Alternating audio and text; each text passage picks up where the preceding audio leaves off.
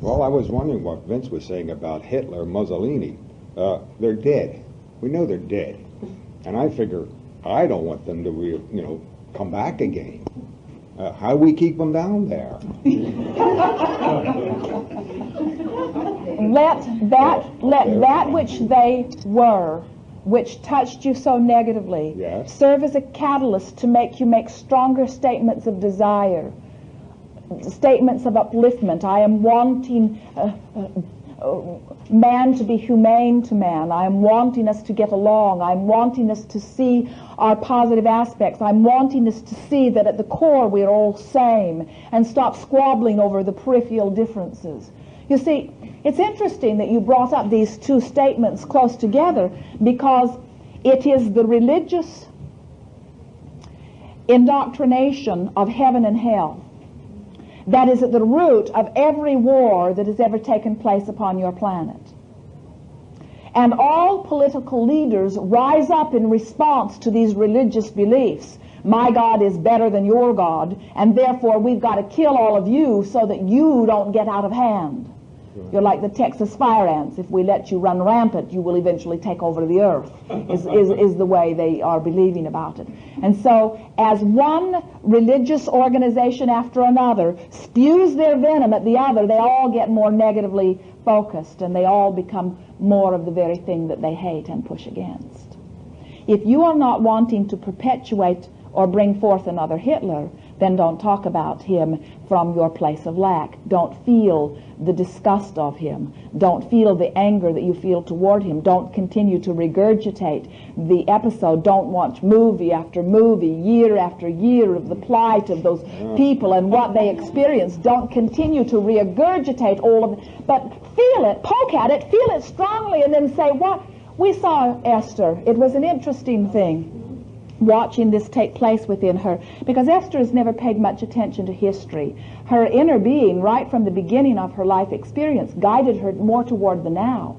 Esther, at the time that she began speaking for Abraham, was a rare being in that she had not made up her mind against anything. She was just sort of bipping along, as she would say, living happily ever after, and was not pushing hard against anything. Now, true, her parents were not part of those that escaped or died in Dachau either. In other words, she did not have any of those sorts of roots. But so here is what we're getting at.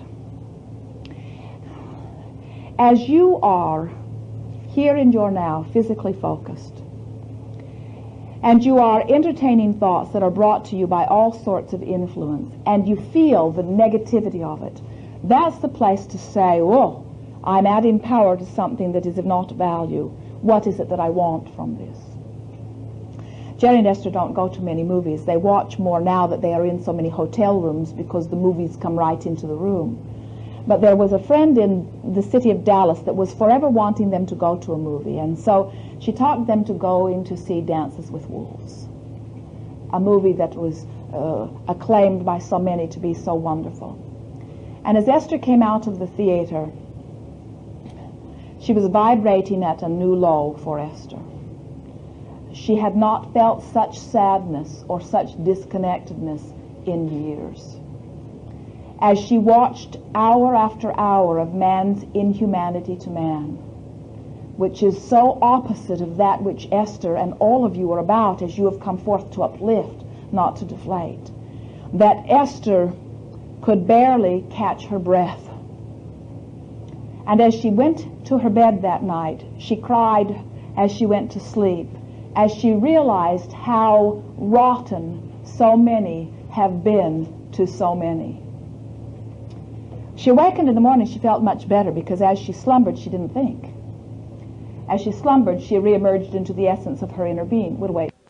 And then, within 2 or 3 days, on the heels of this, came President Bush's proclamation of the war in the Gulf. And as the bombs went one after another to the city of Baghdad, Esther again had that sweeping sensation of man's inhumanity to man. Forget about the justification that they are using. In other words, everybody thinks they're right. Everybody wants to justify their inhumanity to man.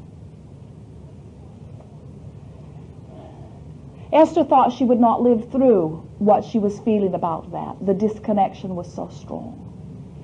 And then we began talking to her. We said, Esther, use this as a catalyst to help you acknowledge what you do want and why you are here. What do you want, Esther? We said. And Esther said, I want everyone to treat everyone nice. I want people to let people be. I want people to acknowledge that we are different but not be threatened by difference. And we said, do you want everyone to be same? And Esther said, not at all. I want us to allow our differences and not be threatened by them. And we said, Esther, you, if you are the only one on the planet, can begin tipping this balance if you will address the differences of this world and look for reasons to appreciate. If you, as one singular being, will start to acknowledge your points of harmony with those who are varied in their desires, you, as one catalyst, are enough that you can begin influencing more of man's humanity to man. But as long as you go to the movies or watch the television programs that bring you to the depths of despair or disconnectedness, you have nothing to give, because you cannot spew pure positive energy into this time and place from your state of disconnectedness. And so the key is, you must look for reasons to feel good, and as you find reasons to feel good, you will be connected, and you will be a source or a funnel for pure, non-physical energy to spew forth through you, you see. You have not come forth, friends, to cite differences and gang up in a cluster to get rid of those who are different. You came forth to applaud the differences, because from your broader non-physical perspective, you understand that the more varied you are, the stronger you are. The more ingredients in the kitchen with which you can create, you see. Well, I don't believe it. Use the microphone a little. Oh, I'm sorry. I don't believe it's the negative thoughts that I have. I think I'm more fascinated with the people themselves, not the killers, but with Hitler. I read books on him. It's not that... there is much of value that you can learn from him. Correct. He was one who focused doggedly upon what he wanted, and by virtue of his... You see, he would not hear of what he did not want. He would not allow anyone to discourage him. If anyone said anything to him that was not in harmony with his... And you see, his beliefs were very pure. In other words, he was shooting for a stronger, purer race of people. In other words, he felt very justified in what he was doing and applied the laws of the universe rather well in order to orchestrate. You're getting the point of what we're talking about? But he went the wrong direction. I understand that, yes. He did not create what you would have had him create, but he was masterful in his creation, you see. And from the broader perspective, there is not anyone that is judging the appropriateness or the inappropriate. If a fire truck comes to your house when it is on fire and spews its water into your house and extinguishes the flames, you say, this was in truth a very good thing. But if those same men and the same truck and the same hoses and the same water come on a day when there is no fire and spray it into your house, you say, what a bad thing that was, you see. And so you cannot, none of us can identify the rightness or the wrongness of what anyone chooses. But what we can do is focus upon that which is uplifting to us. Your Hitler was one who wanted, at the core, to be an uplifter. But he was like most of you. He believed that the way to get to what he wanted was to push against what he did not want. His idea of getting toward a better planet, toward a better experience, was to get rid of anything that did not fit. And so it was in his strong pushing against that his disconnection occurred, and that the great inhumanity to man occurred. But he is not different from any. He's not different from the little boy in the play yard who doesn't feel good about who he is because his mother doesn't feel good about who she is, and so is constantly critical and poking at him. And so he goes to school, and in his disconnectedness, he makes fun of the others. And as he makes fun of them, then they feel worse about who they are, until pretty soon everybody's just being pretty rotten to everybody. And the ones that aren't being rotten are called sissies or nerds or weird. They're not part of our negative clique, therefore, you see. Jerry and Esther were in an airport somewhere not long ago, and Esther saw a young man. He looked to be 12 or 13 years old, and he was just awkward in his skin, very tall and very uncomfortable, shy and embarrassed. And as he stood there, Esther's heart went out to him for just a moment, because she remembered feeling like that. For just a moment she remembered it, and it felt awful. And then Esther felt such relief, and she thought, I'm so glad that that insecurity is gone with me. It feels so good to feel good. And then Esther thought for just a moment, I would like him to feel good too. And about that time his mother walked up to him and barked at him, where are your socks?